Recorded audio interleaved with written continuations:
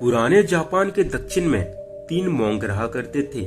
उनका पता और नाम कोई भी नहीं जानता था, क्योंकि उन्होंने कभी भी किसी को भी इस बारे में कुछ बताया ही नहीं। उन्हें कभी भी किसी भी बात का जवाब देते हुए नहीं देखा गया। जापान में उन्हें बस 3 हंसते हुए भिक्षु के नाम से जाना जाता था। वे तीनों मिलकर बस एक ही काम करते थे। किसी भी गांव के बाजार में जाते और वहां हंसना चालू कर देते। वे अपने पूरे उत्साह के साथ हंसते। अचानक लोगों का ध्यान उनकी तरफ जाता और देखते ही देखते चारों तरफ भीड़ इकट्ठा हो जाती। वे इतनी अच्छे तरीके से हंसते थे कि उनकी हंसी देखकर पूरा गांव हंसने लग जाता। और जब पूरा गांव मिलकर हंसने लगता, तब वे तीनों भिक्षु किसी और गांव में चले जाते। वे ना तो कुछ बोलते और ना ही किसी को कोई उपदेश या सीख देते। वे जहां भी जाते अपनी हंसी से ऐसा माहौल बना देते कि लोग अपने सारे दुख दर्द भुलाकर बस हंसने लग जाते। धीरे धीरे जापान के लोग उन्हें बहुत सारा प्यार करने लगे। इससे पहले किसी ने भी इस तरह का प्रचार नहीं किया था कि जीवन में केवल एक हंसी होना चाहिए। वे किसी मनुष्य या चीज को देखकर नहीं हंसते थे। वो इसलिए हंसते थे क्योंकि उन्होंने इस संसार के मोह माया को समझ लिया था। उन्होंने इस जीवन के चक्र को समझ लिया था और उन्होंने इस लोभ भरी दुनिया को समझ लिया था।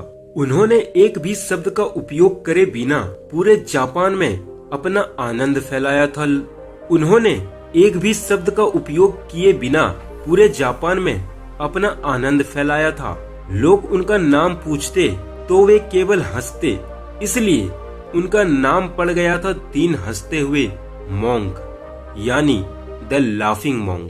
तीनों घूम घूम कर सबको हंसते हंसाते हुए बड़े हो गए।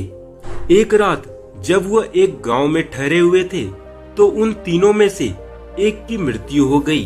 पूरे गांव में सन्नाटा फैल गई, क्योंकि उन्हें लगता था कि उनमें से एक की मृत्यु हो जाएगी तो बाकी 2 जरूर रोएंगे। इसलिए वहां लोगों की भीड़ इकट्ठा हो गई, क्योंकि किसी ने भी उन्हें आज तक रोते हुए नहीं देखा था। पूरा गांव इकट्ठा हो गया। उन्होंने देखा कि दोनों भिक्षु उस एक भिक्षु की मृतक शरीर के पास खड़े होकर जोर जोर से हंसने लगे। तो यह देखकर गांव के बड़े बुजुर्गों ने उन्हें समझाया कि आपके एक साथी की मृत्यु हो गई है, आपको हंसना नहीं चाहिए बल्कि रोना चाहिए। और उस दिन पहली बार उन भिक्षुओं ने लोगों से बात करी और कहा, हम हंस रहे हैं क्योंकि ये आदमी जीत गया है। हम हमेशा सोचते थे कि हम में से पहले कौन मरेगा, लेकिन इस आदमी ने पहले मरकर हमें हरा दिया है। हम अपनी हार और उसकी जीत पर हंस रहे हैं। हम तीनों ने अपना पूरा जीवन हंसकर निकाला और इसकी अंतिम विदा पर इसे हंसकर विदा करना, इससे अच्छा और क्या हो सकता है। पूरा गांव शोक में डूबा हुआ था। जब उस मरे हुए भिक्षु को चिता पर लेटाया गया, तो सारे गांव वालों को पता चला कि वह तीसरा भिक्षु जो मरा हुआ था वह भी हंस रहा था। जापान में एक परंपरा थी कि मरे हुए व्यक्ति के कपड़े बदलकर उसे नहला धुलाकर नए कपड़े पहना दिया करते थे। लेकिन उस भिक्षु ने मरने से पहले उन दोनों भिक्षुओं को कहा था कि मेरे मरने के बाद मेरे कपड़े मत बदलना और मुझे मत नहलाना, क्योंकि मैं तो कभी अशुद्ध था ही नहीं। मेरे जीवन में कभी दुख ही नहीं आया और पूरे जीवन मैं हंसता ही रहा।